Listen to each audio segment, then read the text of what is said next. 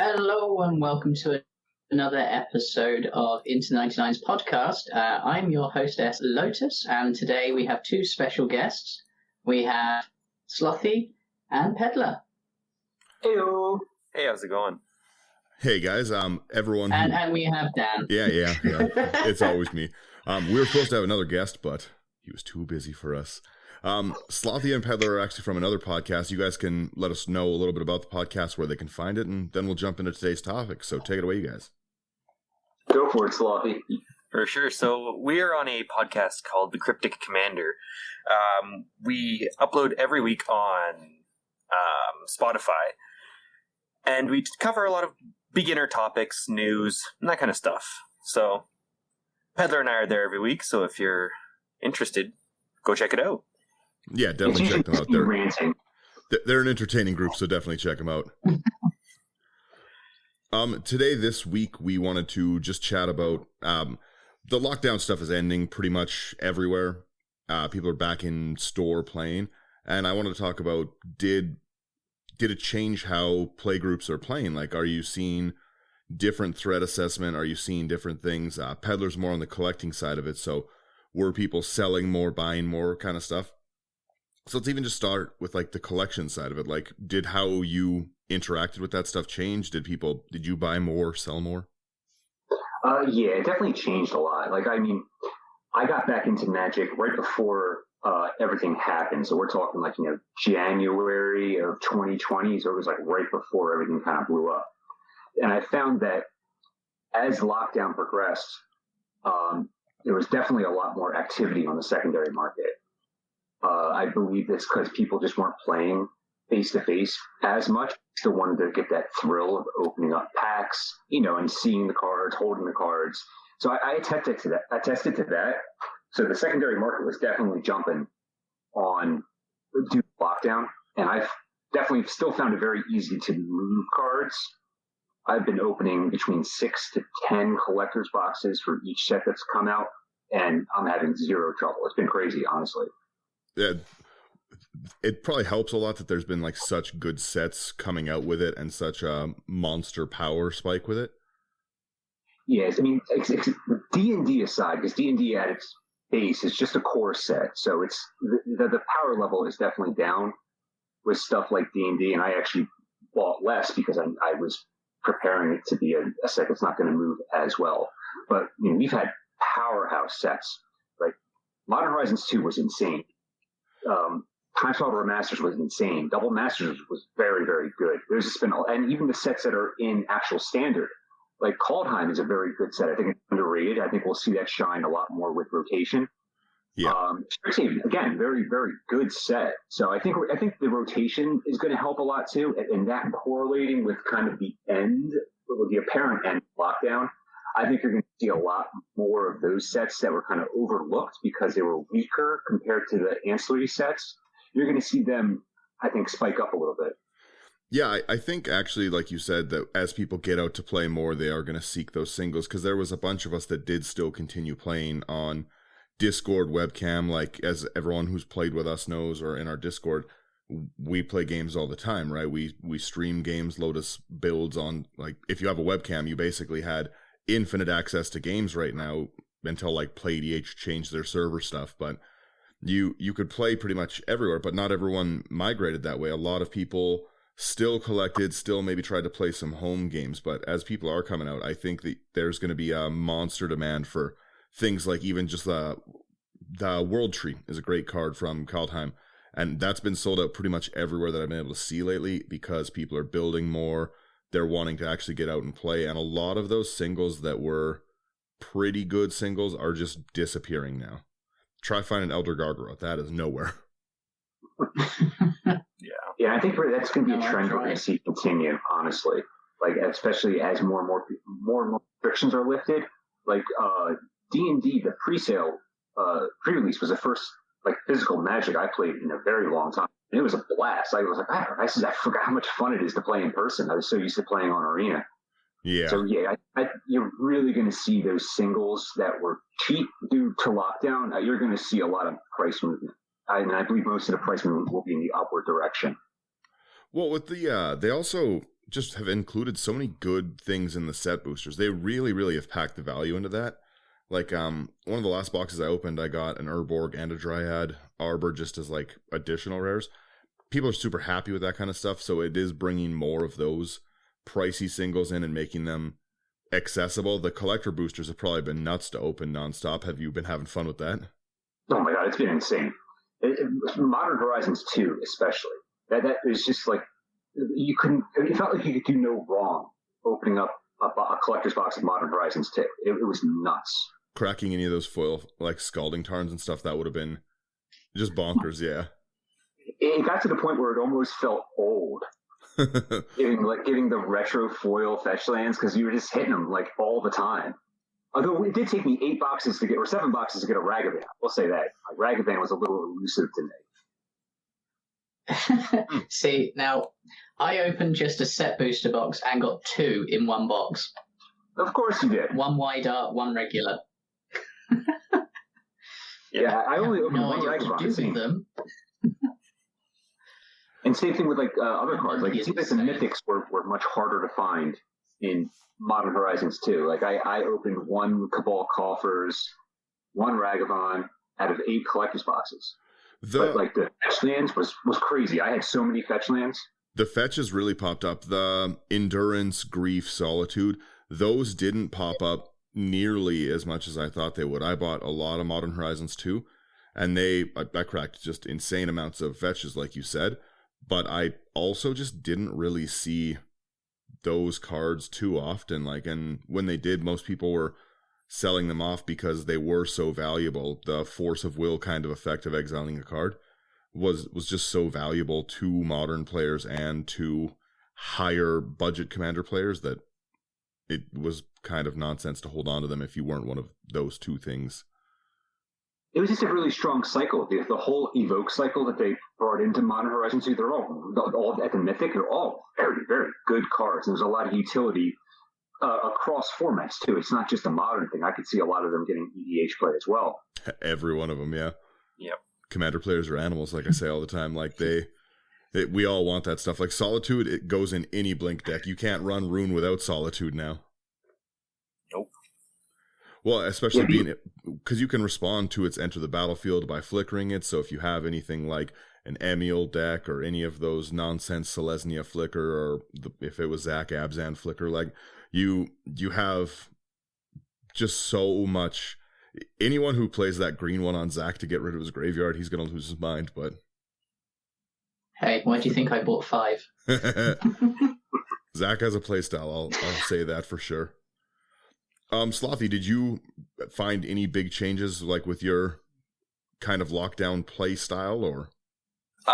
Yeah, big one. I stopped playing Send Triplets. That's kind of a shame, but other than that, I had a very seamless transition from in-person to online. Ended up making a lot of friends in that community very, very quickly. So it just kind of didn't really stop. I already had like a webcam and all that from school, so it was just very, very easy. And other than not playing Send Triplets, there wasn't really too much change for me. That was sort of a big bummer. There was so many kind of deck styles you couldn't really play over webcam. Like, I really like playing Norn the Wary. It's super chaos based, but how do you Thieves Auction on webcam or something like that? Like, you kind of can't. Yeah, exactly. So, and it's the same thing with Send Triplets, right? Like, how do you play someone else's hand unless you have like a giant stack of dry erase tokens for you to write their islands? Or Send Triplets is such a fun deck, though. Oh yeah, not for the other people. Any ideas? I loved Send Triplets. My entire Send Triplets deck was just mana rocks, so I could play everyone else's stuff, and then like Paradox Haze kind of effects to double up my upkeeps. Oh yeah. I would say that the ability with like to play Magic via webcam, it really, if anything, the lockdown actually helped broaden most players who play like via spell table and stuff like that. It broadened your scope, because I feel like a lot of us will play in a very specific play group. You know, you have maybe 4 or 6 people, and that's just who you play with. So you know their decks, you know their play style. You kind of get a feel for the cadence of how the game's going to go. So it kind of, I don't want to say dulls the experience, but it dulls the experience a little bit because it kind of takes out that randomization a little bit. So the idea that we all had to jump into an online based thing, and you're meeting new people, meeting new players, and playing new decks, playing new play styles. I think there's a lot of good in the Commander world with the lockdown because it really helped expose players to other players. Yeah, to new play styles. I have personally, from going back out to play, noticed a monster difference in the deck building power of people who did play online and people who did not. A lot of people kept their decks the exact same-ish, and they've kind of just been steamrolled by like the people who did transition to online because you had such a different, like you said, we didn't build for the meta. We didn't really build for like a fun experience with your 5 or 6 people you normally play with. You kind of just built to play the game, and you don't know if you're ever going to see these people again. So that's actually the core of why I wanted to talk about this today, is because I think that personally, I think that it made people play saltier. Like I think saltier Magic is happening now.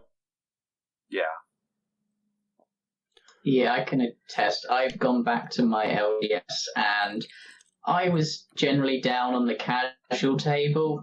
I've been kicked off. I'm now playing at a little bit higher level. And just because my decks have evolved over the course of lockdown naturally to keep up with who I play with.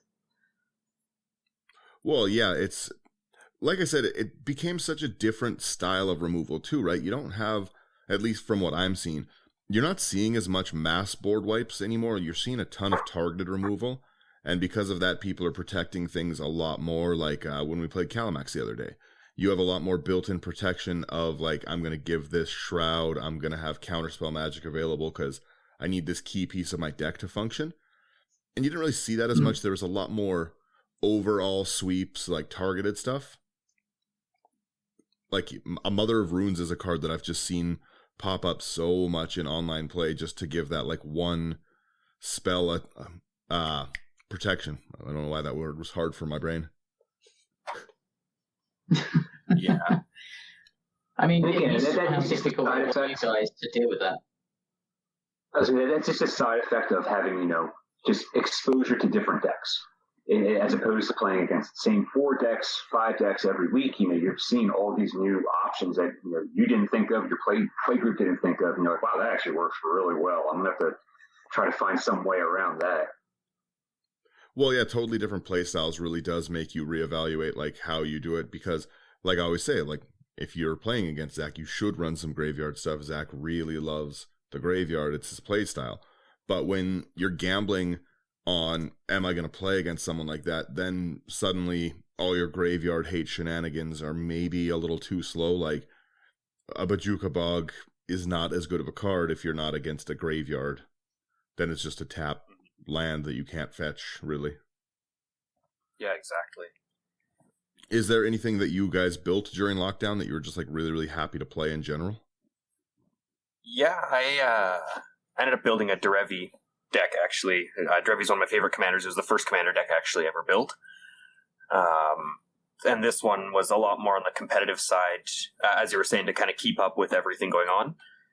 And yeah, I was really, really happy about it. I started with a more budget route, played through that with a couple different play groups for over a couple weeks, threw some cards in, took some cards out, and then yeah, that was really the big one that I did. Derevi's a really fun commander, and Absolutely. It got kind of a bad name for a long time because of like how stacksy it can be. So yeah, you kind of didn't see it for a while. Like it really did disappear, but it's a really fun Bant commander. It's great colors. Oh yeah.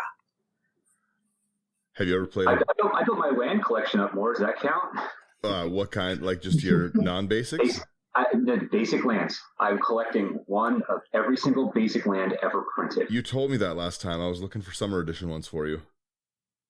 If you find them, I will absolutely trade for you, or just buy them. I'll just send them if I find some. Stop! They're like $400. You're not just sending me a summer basic land. If I have them in the bag somewhere, they would just be in bags of suitcases. So wouldn't. He's not even joking. That's been a lot of fun too, because what I do is with my flipping style is I make sure that all my products covered, and once I have everything paid for and I'm ready for the next set to roll in, I'm going on like the Card Kingdom and TCG, looking at buy lists, sending it all in, getting credit, and then I get lands in return. And it's been a lot of fun building that up over the past year. That's like a collection thing I've never even heard of too, so I thought it was really interesting, the one of each basic. It's something I'll never be able to resell as a group. Who wants that? No one. I think I'm like the only person on earth that wants that. Does that mean you're looking for the gurus too? I'm actually waiting for Card Kingdom to get a Guru Plains in stock. I have my credit sitting there waiting. They haven't had it in stock for like 2 weeks. I'm waiting. I have a Guru Mountain right now. That's the only Guru land I have. They're so nice. They really need to do a reprint of that in some form or another, or just even that artwork. Like, yeah, because they're very expensive too. Yeah, like well, they were. Plains, or not the plains. The island is the most expensive basic land that exists. It's about $1,500. I was gonna say, yeah, it's probably around $1,500 US. Like, very expensive. Run a play set of those. You'd be the king of the table. Yeah, your budget. Have you got any of the Judge promo lands yet? I don't have any of the Judge promos. I'm not a big fan of those. They just kind of like, because I'm a big fan of Therese Nielsen's art, but for some reason they just kind of seem murky and just kind of just like, nah, they don't do it for me. So I'm in no rush to get them. I don't know if I've seen those. Just Judge promo basics. Yeah, they're kind of like the unstable lands. Yeah, they have like the full art look. They're nice. Those are kind of cool. I'd rather yeah. have the unstable lands. Oh, and they are all Therese Nielsen. I do like her art style as well, but the Guru lands are so good. Lotus, do you have these ones? No, I don't, unfortunately. You weren't a judge at that time, or? No, I've only been a judge for about 2-3 years now. Oh, only. You only get the new recent ones like Nicobolus. Nicobolus, Grand Augustine, That's a commander I've actually seen pop up a lot online lately as well, is Grand Arbiter, and I've never played against a fun Grand Arbiter deck. It's kind of a, how do you build a fun Grand Arbiter deck? It's kind of like Urza. Yeah. Well, Grand Arbiter is one of the ones you see a lot in very, very competitive control. Like insane Staxy decks. Yeah. How was your getting back into it on your side, Lotus? Like how have you found the transition back into in-person playing? So going back to store was difficult at start due to all the restrictions of wearing masks, plastic perks everywhere. Playing against the same 3 people all night, so you couldn't switch tables, but safety is key, so we did what we had to do. But like I said before, I evolved playing with you guys over lockdown and was playing with new cards, upgrading my decks. The decks I was facing just were the same decks I played before lockdown, and they weren't equipped to deal with the new threats that I was putting down. And I steamrolled quite often to the point that I had to switch the play group just so I was having fair games again.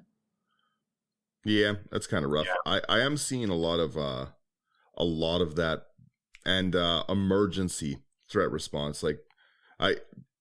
Before I even get into this rant, I want to ask everyone what is your general threat response? I'll start with Slothy. How do you decide what you need to get rid of? So it kind of depends on the table. If it's somebody that I know, for example,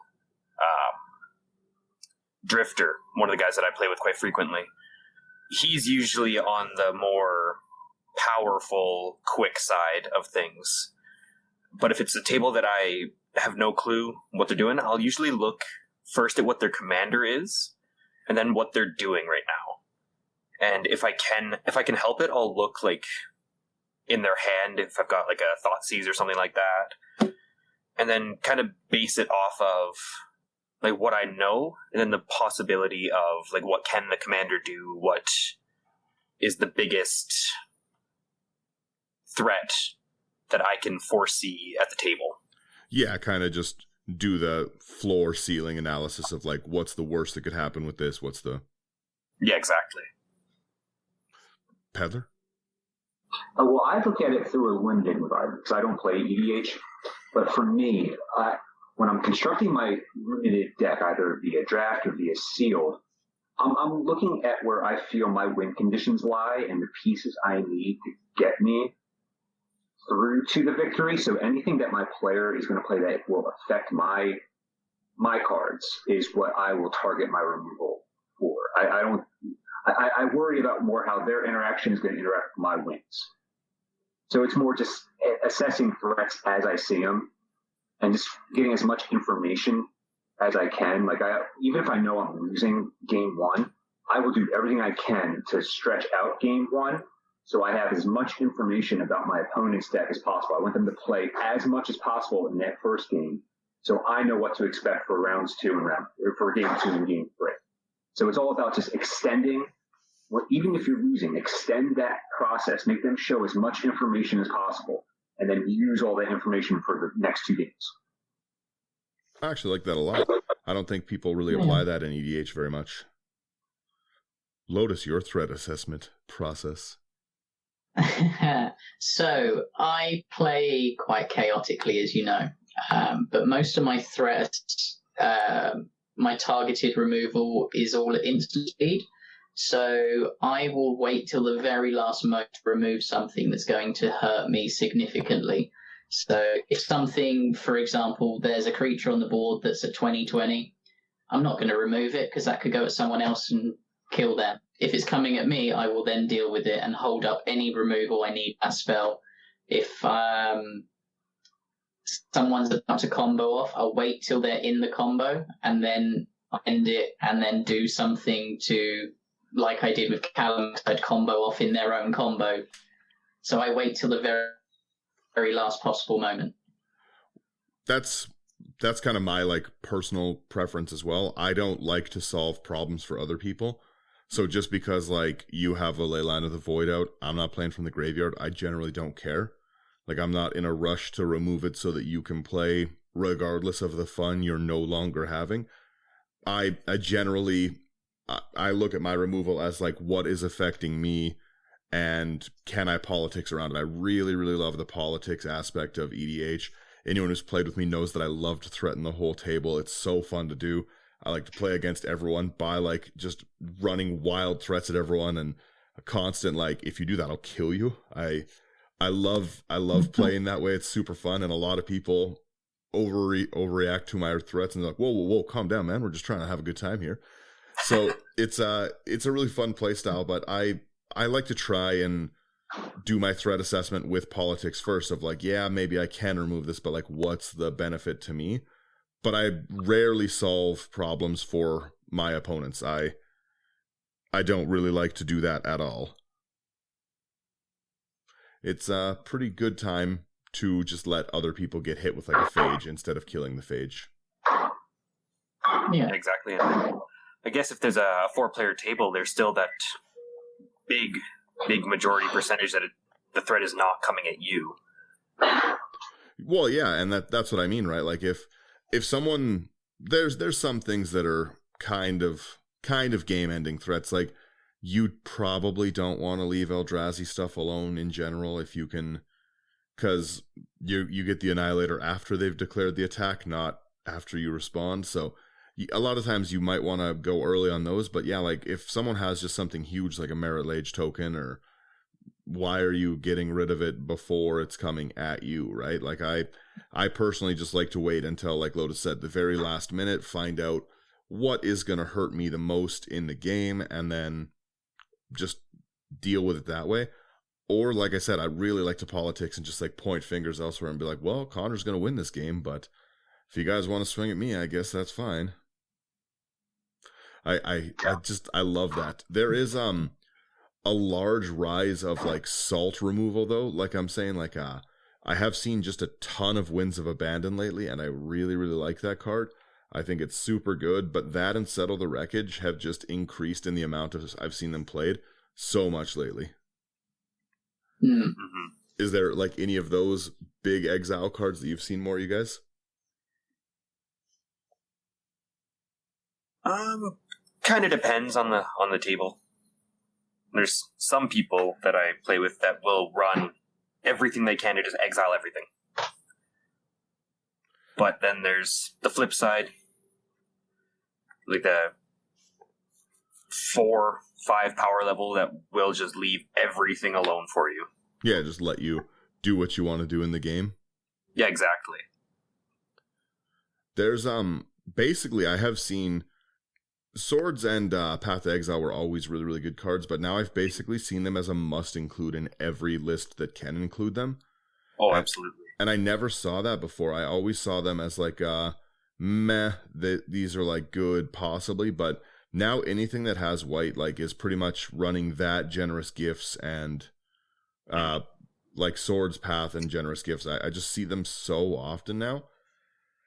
And I wonder if like the single target meta is going to stick around as we get more into it, because that really doesn't work against token decks, and I love to play tokens.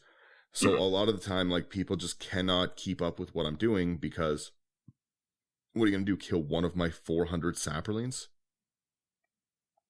Right? Like, well, you Rakdos Charm me, that's the runs. Yeah. Oh, yeah. That's why I keep it there.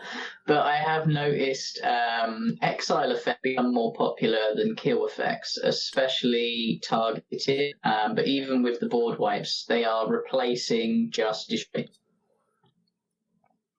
Well, because exile is just inherently better than going to the graveyard. Yeah. Mm-hmm. Exile's rough. You lose it forever unless you have like a pull to eternity.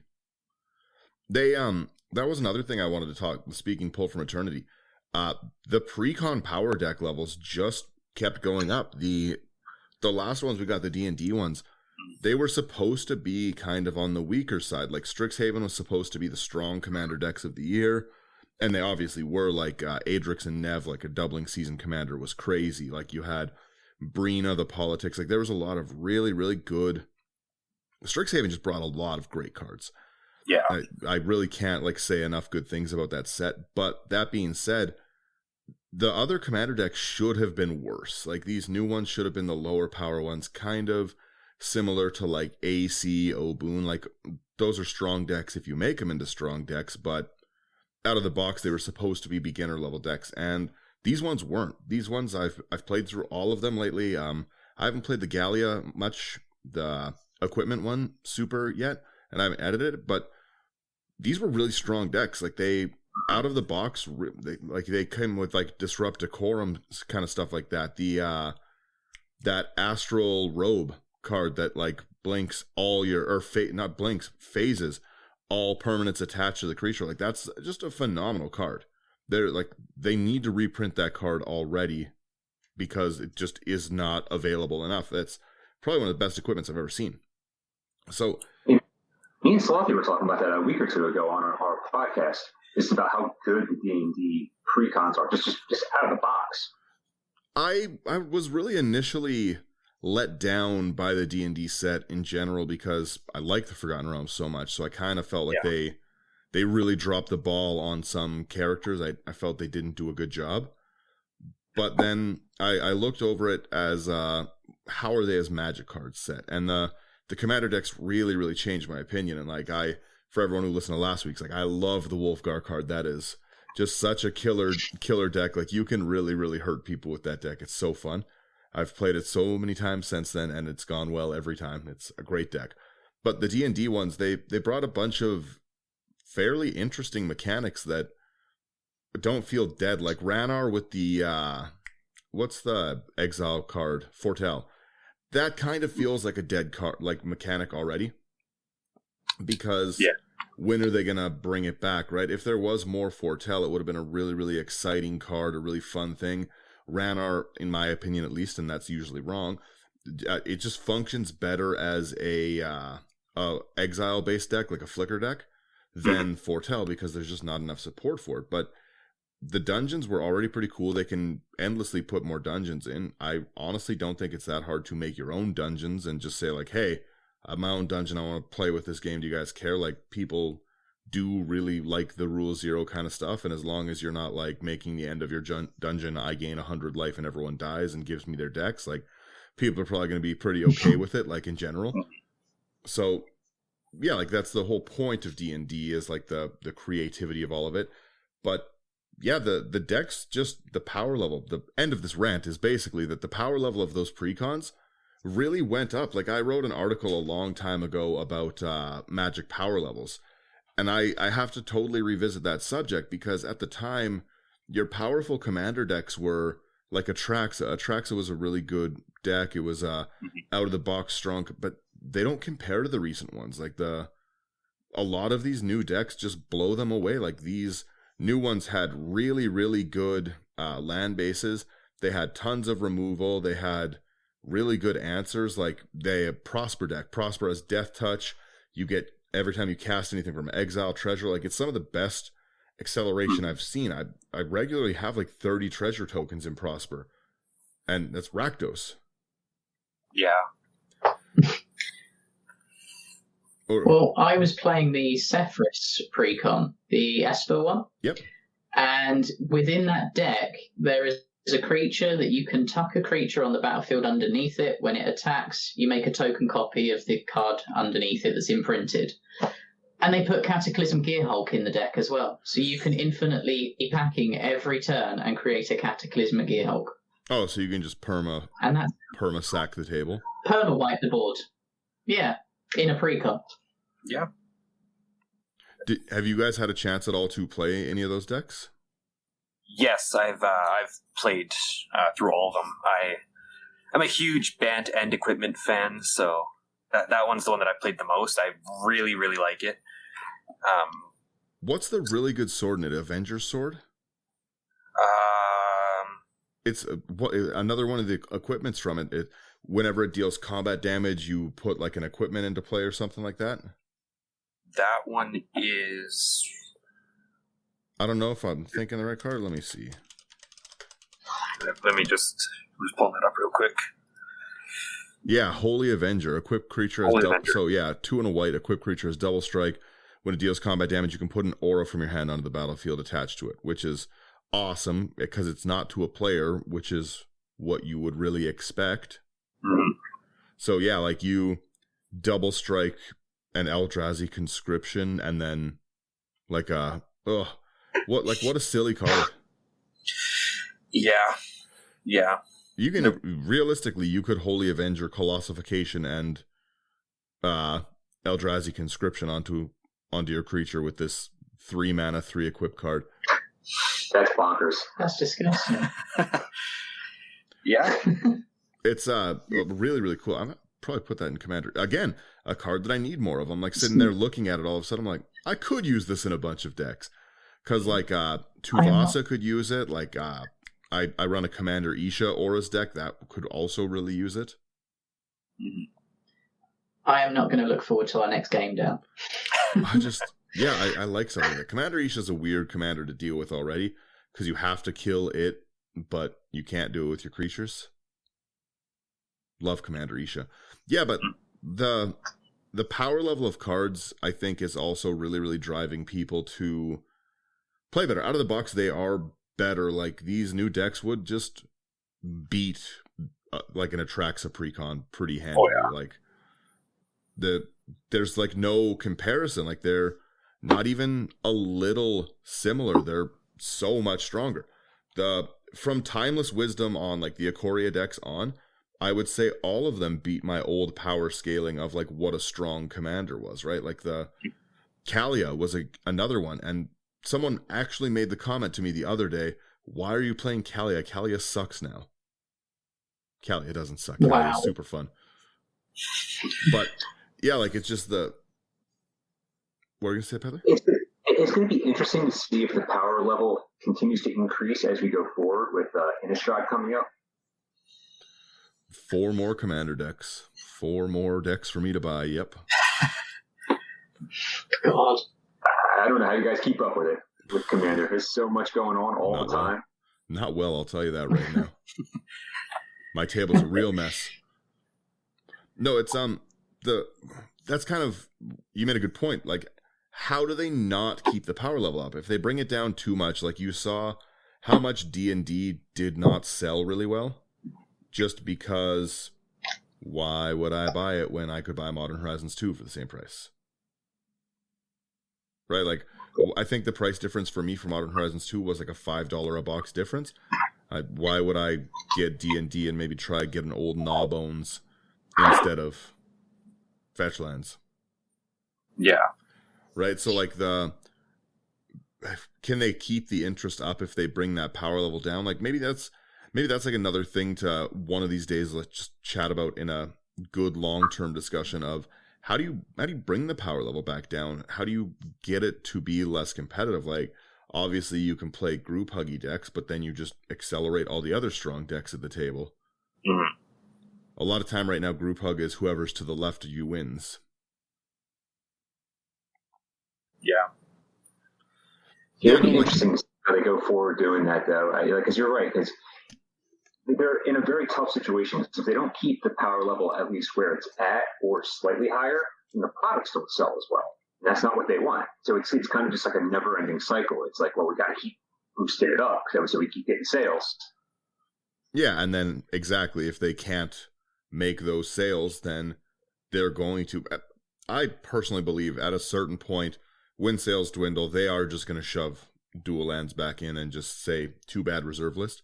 It's going to happen one day, like almost for certain. But the whole abolish the reserve list conversation doesn't really matter when they just keep printing cards that people want. Like the Book of Exalted Deeds, for instance, right? Like that's a great card. It's a really, really strong card for tons of archetypes.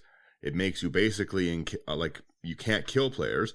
And the only way to adapt to that is to run land destruction. And then everyone hates land destruction, but like, too bad. Yeah. Yeah. And then the other thing that kind of worries me is I don't play it and I don't really know much about it, but I hear players complain about the power creep of Yu-Gi-Oh!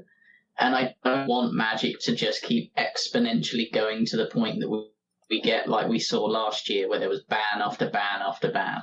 Well, yeah, Yu-Gi-Oh! One of my friends like plays that like in like their competitive version of it, and they kind of like just print a busted card, let it play out, then they ban it, and then the price of that card that you had to buy 4 of drops, and then like 4 months from now they're like, all right, that's unbanned, these new cards are banned. Like they kind of just flip-flop. The bans I don't think are very healthy for the format. I actually haven't even talked about this. I don't think Hull Breacher should have been banned. I think it's an annoying card. I don't like it at all, but I don't think it should have been banned. No, I had a nice like half-hour rant about Hull Breacher being banned. You guys what, sorry? By that. We had like a half-hour rant going on about how Hull Breacher should not have been banned. And just their banning practices in general. Because, I mean, Hull Breacher, even like right before, like, because I was looking at the eBay prices of Hull Breacher in the week before it was banned, it was still selling the extended art foils at $100 a pop. Imagine being one of those people that bought at $100 a pop, and then the next week it's just gone. Well, and it's worth $30 now. That's generally how I feel, is that like people build commander decks for a variety of reasons, but a lot of the time it's because the card does something for them. They like the effect. They think it'll be fun in their deck. They just love the artwork. Like, it might be something that they think is a cool card. Like, I really like playing Hull Breacher in Galazeth. Galazeth makes my token, or like he makes it so I can tap artifacts for mana, kind of Urza-esque. It's a really good card in that deck. But it's not a very good deck. Like, it's not the most powerful deck I've put together. And everyone that's like, oh, well, when you're wheeling with Hull Breacher, that's a problem. There's so many things that are a problem. Wheeling is already annoying. It doesn't matter if you also lose your cards. Like, there are discard decks like Turgid, so much worse. Turgid is brutal. Turgid is probably it's a deck I have a ton of fun playing. I have never seen someone enjoy a game where I play Turgid. Not a single time. No one has ever been like, hey, that was a really cool and unique deck you put together. People have lost their minds every time I discard and make them take their permanents and sit and hit the Russian national anthem saying that it's our fetch lands and stuff. Nobody enjoys that joke but me, and I always love it. I still have that soundbite on the board because of how much I enjoy saying, like, oh, I'll crack my Fabled Passage, and then I'll be like, our Fabled Passage. Like, I love that deck, but it's not fun. It's way worse than Hull Breacher, and like, Hull Breacher's not in the command zone. It's one creature. and it dies to removal. Yeah, and it usually makes you the target. What shocked me most is that Hullbreacher got banned over Op Agent. Out of the two of them, I would have thought it was the Op Agent that would have got the banning. Opposition Agent seems so much worse, and most people that I've seen play it responsibly, but my brothers are jerks, and Connor does not play it responsibly, so like I'll be like, I'll cultivate, he'll be like, I will cultivate, and flash it in like in response to my early land ramp, and it just, that hoses me for games. Like, yeah, losing your hand is one thing, but losing the ability to, like, you can't tutor, you can't fetch lands, you can't search, it's way worse. Mm-hmm. And I play so many 5-color decks that, like, not being able to go get my needed color just really, really wrecks my day. Connor's a bad person, to be honest. That's what the title of the podcast should be. I also think that a lot of the issue lies in how Wizards goes about the banning. They just drop it. Like, I really feel like they should have a 2-week period where they say, hey, we're looking at this card's interaction in this format and this format just to see, it's give people a warning, especially when you're dealing with $50, $100 card. $1,500 is not much to some people, but it's a ton to a lot of people. Like, $100 card is expensive. Yep. So a lot of people, save up because they're playing on spell table. So they see this card in action, like, oh, that looks really fun. I want to get this card too. So they'll save up, and then by the time they buy it, it gets banned. And then all that savings goes to nothing. And that to me is not fair to the consumer. So I really think that Wizards should implement some kind of grace period where it's like, even if they're not going to ban the card, give us a chance to move on it as opposed to just being stuck with it. Yeah. Well, the other thing too is, like, look for any feedback. I personally don't really like the rules committee because it's no different than if, like, me and my friends decided we were making the rules for EDH. Like, I very openly would ban, like, if I controlled the rules committee day one, no Psych Rift. I'd set them all on fire. That card would never see the light of day again. Lots of people really like that card. I hate it. But what I do and don't like shouldn't be the basis for what is allowed to be played and stuff. Like, I didn't agree with the Iona banning either and stuff. I didn't think Iona was a problem. Painter Servant's significantly more annoying. Right? Like, so there's a lot of, like, things that I just don't agree with how they go about the bans because, like you said, it's out of the blue. A lot of people, for once, they did it kind of with the secret layer where they announced the new Uro, but they're like, all right, but just so you know, like, we are going to ban this in these formats, so don't do that. That's the only time they've done anything like that. And can you imagine if you, like you said, you bought a playset of Hull Breachers the day that you read the announcement it's banned? That would get such a bad feeling. Well, like I said, or as a game store. It's not fair to the consumer, is how I look at it. You should, when you're willing to take money out of your pocket and buy an asset, you should know that asset is going to have use to it. Mm-hmm. And the way that they operate, it just doesn't. It's like a crapshoot. Like, I don't think Hull Breacher was on anyone's radar to be banned before it was just gone.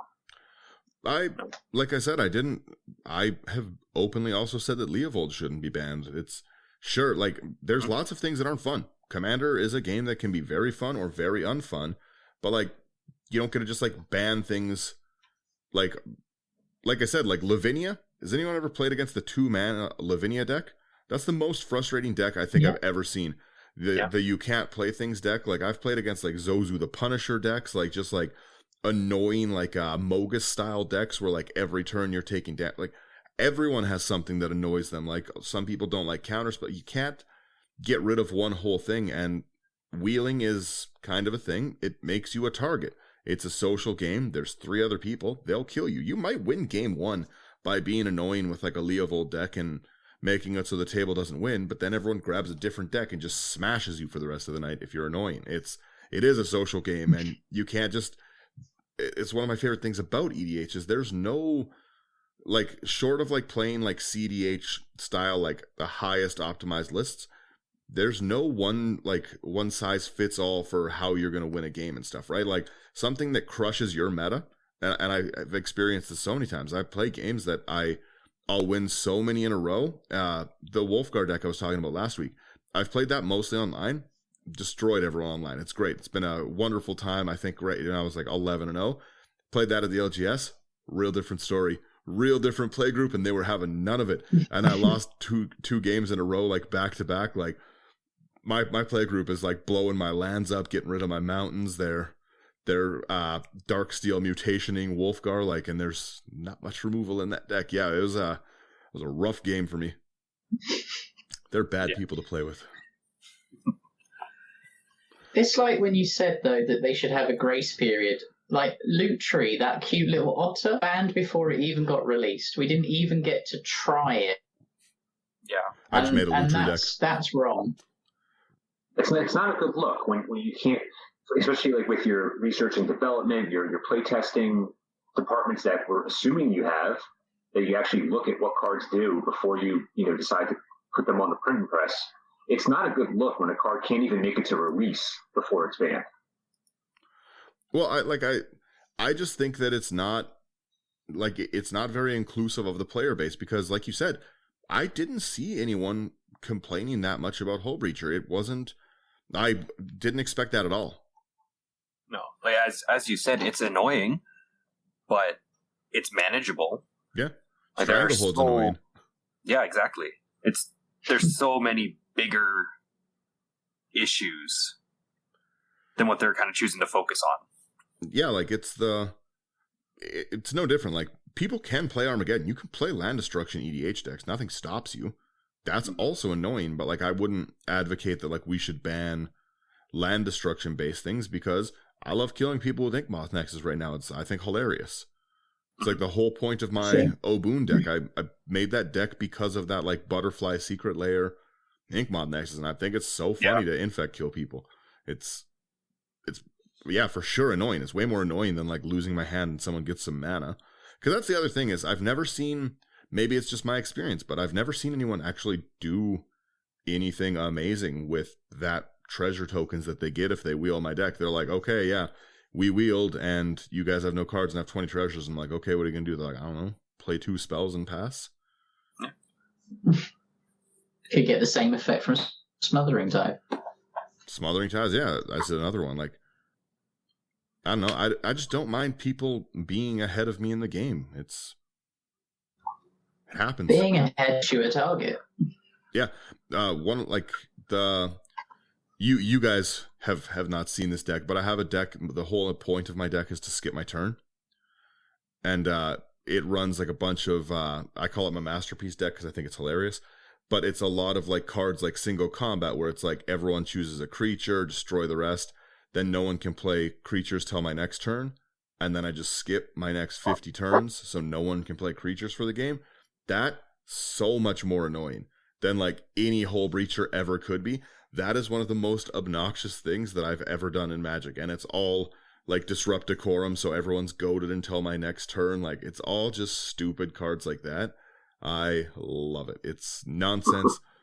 And it's way more annoying. And you can build, like I'm sure, like you said, Peddler, you're not really much more of the EDH. I'm sure if you just wanted to, you could build a pretty salty EDH deck pretty quickly. Oh, absolutely. Because even when I'm building in Standard, I look for the most obnoxious deck to play because I find it amusing. Like when we're talking about the Book of Exalted Deeds, I have a mono white deck built, on Arena that I play. It's annoying to play against. I have my black blue rogues because it's annoying to play against. And that's just the kind of style I like to play. It's like I like my opponent to be like, oh, really? That brings me a little bit of happiness. I don't know why. Maybe that's just me as a human being. In my play group, we have someone who's just unrepentant about playing stacks decks. Like he just does not care, no matter how unhappy it makes the table. And I think it's the funniest thing. He'll be like, yeah, so Winter Orb. And everyone's like, oh man, come on. He's like, yeah, what are you going to do, right? Anyways, Winter Orb. And then he continues to play it. Like it's his whole play style. And it's so funny because he just does not care about it at all. It's so, I love playing with him. He's so funny because, yeah, that's just who he is. He's like, yeah, I'll play Tangle Wire. And everyone's like, man, I hate that card. And he's like, I don't know what to tell you guys. It's on the board, so deal with it. I have counters. I feel like me and him would get along really well. Oh, it's so funny to play with him. My brother likes to play annoying stuff too. Like he jokes around all of the time. Confusion in the Ranks is like the most fun card to play in Magic. Oh, That one. yeah. Also, if you want to salt your play groups, this is just a personal tip from me. Buy out all of the time sifters at your game store and then just start playing that card. That card just wrecks the game for people, and it's really, really funny. Have you ever seen Time Sifter, you guys? I'm not aware. Have you seen that one, Slothy?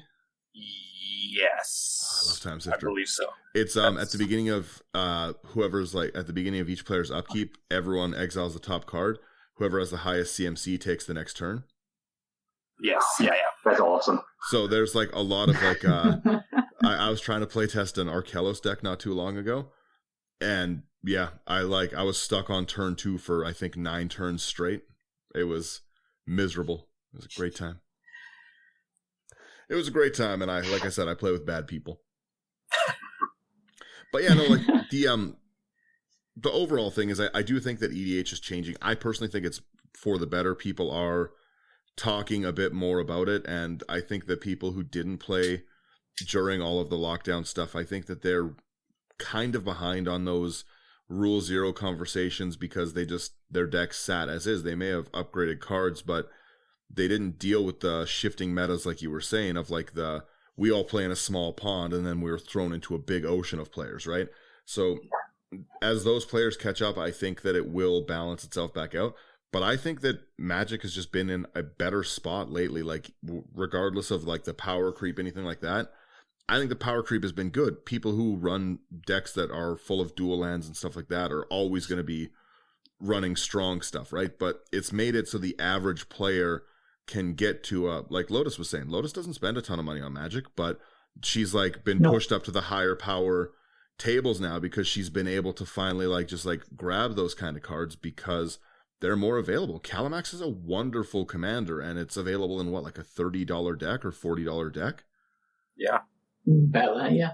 Yeah, and like it's fun to see people be able to try new things, stronger things. Like I like to play Vintage, but nobody plays Vintage, so I like faster paced Magic. I like exciting plays and big explosive turns. It's probably what I like the most about EDH. And now seeing players that just typically haven't had the ability to do that go off. There's a few players at our LGS that have never beat me in a game. And since we've been like playing in person and everything, they've all beat me. And every single one of them has looked so happy when it's happened. And like you can tell it's like made their night to just like finally have beat me at a game. And yeah, like I hype them up the whole time. I'm like, man, that was a great deck. Like you did such a good job upgrading it during this time. It matters a lot to people. Like if you're one of the players who wins a lot, you might not feel that way. But for people who are just getting into the game, building it and stuff, probably a little different in a limited format where it's 1-on-1. But if you're constantly the top of your pod, like me and my brothers generally are, you kind of forget that winning does matter to other people, and seeing other people finally like have that access. And like I said, maybe they're playing some saltier things that I might not like, but just losing to those people finally and seeing them how happy they are, that's been a pretty good experience for me. I have really enjoyed getting back to in-person gaming. And until I was back in my store, I did not realize how much I missed it. So it's just been a phenomenal time getting back out, seeing people, seeing what they were up to, and just having those interactions again. Like the spell table was a great replacement. I definitely appreciate it. It really got us through a hard time for everyone. But man, in-person games have just been so much fun. Like, I don't know if you guys feel the same way, but Absolutely. Oh, absolutely. Yeah, that pre-release for D&D was the most fun I've had in a long time. That was a lot of fun. It's just so good to be able to get back out and, you know, like see your friends and play Magic across from people. You don't get the same experience just looking at the cards. Like seeing people's faces, like seeing how happy they are when they've like finally assembled whatever silly thing their deck was trying to do, or like it's the same thing. Like I know Lotus was sitting there smiling every time I was trying to kill Calamax on the Tuesday stream, just looking at her hand with a big smile on her face, being like, "Oh, is that what you're gonna try to do? Hey, no!" Like Lotus was happy to beat me that game. I know it for a fact. Also, that feeling of like when you have like a crazy match going on, and like people start noticing. So you guys start getting like lurkers up and over your shoulder because everyone's watching because it's so intense. Like that's a cool feeling too. Yeah. Well, and it's so fun. Online. Well, and you've got people you can like ask about that, be like, hey, check this out and everything, and oh, what have you been building? That's been one of my favorite questions to ask people in person. Is just like, what have you been building? And so many people are all happy passing their deck over and like, check this out. Like one of my buddies just put together, he has a Voltron-esque Sigarda Host of Herons deck, and it's so hard to deal with her because like the hexproof and the can't sacrifice, you really got to hit like a mass board wipe and hope that they have nothing. Like it's been so fun to see what people built this whole time, and I'm just, like I said, so happy to be back into it regardless of the power creep, but that's probably because I was always power creeping. Oh yeah. Well, what I've also enjoyed is we had stage lockdown. So we came out of the stages. We've now gone for we can do what we want, so we can now trade. Last week was amazing. We spent an hour before we started playing a game trading, something we couldn't do for nearly, year and a half, 2 years. People had binders and stacks of cards for trade. It was amazing. I'm hoping that we get back to like having like the GPs and stuff, because I love just like the same thing, just going through a new collection of a store that I'm not at all the time, because I power buy cards out. Like there's so many cards that just are not in the city because I'm a dick and I want all of them. Like so that's your fault. Oh, there's so many. Like if you're looking for like folio of fancies, Juripur Oris and stuff, that's on me. I buy every stack of them. Everyone who's ever played with Brian knows that it's the same thing. He bought every Seedborn Muse that ever existed, I think. Like there's just cards that I want in like every kind of deck. Like I love Rites of Flourishing, Gen Wave, Rishkar's Expertise. I buy them out every time I see them. And yeah, it's been so long that I just don't have access to those cards short of like opening things. So you would love my buy list, Peddler. You would. It's pretty big. Oh, I'm sure I would. Yeah. Yeah, we're actually getting right close to our end here. Is there anything else anyone else wanted to say on the subject of like if it changed things, how it changed? Or I'm just gonna say everything changes in time. Just like if you're one of the people that doesn't like change, everything changes. Just learn to adapt with it and just keep having fun. It's supposed to be a game. That should always be your first and foremost thought on Magic. It's a game. It's supposed to be fun. I like that. Slothy, you got closing thoughts? No, just kind of what Peddler said. It's just as long as you're having fun, that's the right way to play. And yeah, times have been difficult over the last year and a half or so. But as we're coming out now, we still had fun. And now we're seeing our friends, and it's just going to lead to a lot more fun. And I have said that a lot. But it's just leading to a lot more games to play, a lot more friends that you've met throughout the last year and a half as well. Yeah. I've made just a ton of friends online, and I am pretty grateful for all those people that I've had my Lotus and everything. Like it's been wonderful that I can chat with so many different players so easily now. That was a great thing, but yeah, I did just miss that like core group of buddies that I sit down and laugh with until like 4 a.m. on Friday nights. Like tonight we're probably going to play Magic again. Like we'll just do a game at my house, and yeah, me and my play group will play probably till 1 a.m. I love it. Oh yeah. Lotus, your closing thoughts, please. So things have changed. People have adapted. Some players have not adapted. The biggest thing you just got to remember is Rule 0 is still the biggest thing of all commands. So just have that discussion and make sure that you're all there for the same reason, to have fun. Yeah. Lotus, you can let everyone know where we can do it. Make sure you guys are going and checking out the Cryptic Commander. All three hosts are amazing. One's not amazing at time. John, I'm watching you. But yeah, no, it's definitely check them out. Give them a follow there. They're great guys to interact with. Very, very knowledgeable, and their show's pretty fun. They really go over some of the financial aspects of the game too. I always forget that they're not just Commander because They're named the Cryptic Commander, but we'll forgive them for that one. Thank you guys both for being on, and I'm hoping to have you guys both on. I want to talk about one of your guys' decks pretty soon here, so hopefully you can make it back on. Lotus, where can they find all our stuff? Okay, so you can find all of our podcasts where you normally download them. Otherwise, go to intothe99.com for your one-stop for all of our articles and links to our YouTube channel, where you can find me on every Sunday doing Brewing It Live, 4 p.m. EST, 2 p.m. MST, or 8 p.m. ET. You can also go to our merch store, and if you want to be a bit more financial, you can go to our Patreon and support us there. Yeah. Thank you guys so much for tuning in, and have a great night. Take care, everyone.